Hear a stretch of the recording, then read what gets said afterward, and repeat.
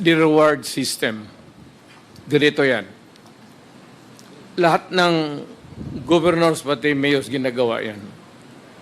If there is an operation which is not funded by the police because there is really no money, particular money for every crime committed at yung for the operation, lalo na out of town, you have to provide.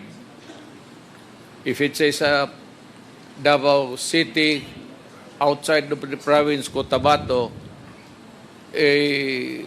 prosecutor kasi ako, so I will begin to count kung magkano. Sabi, sir, sa South Cotabato, gaano kalayo yan? Anong gamitin ninyo?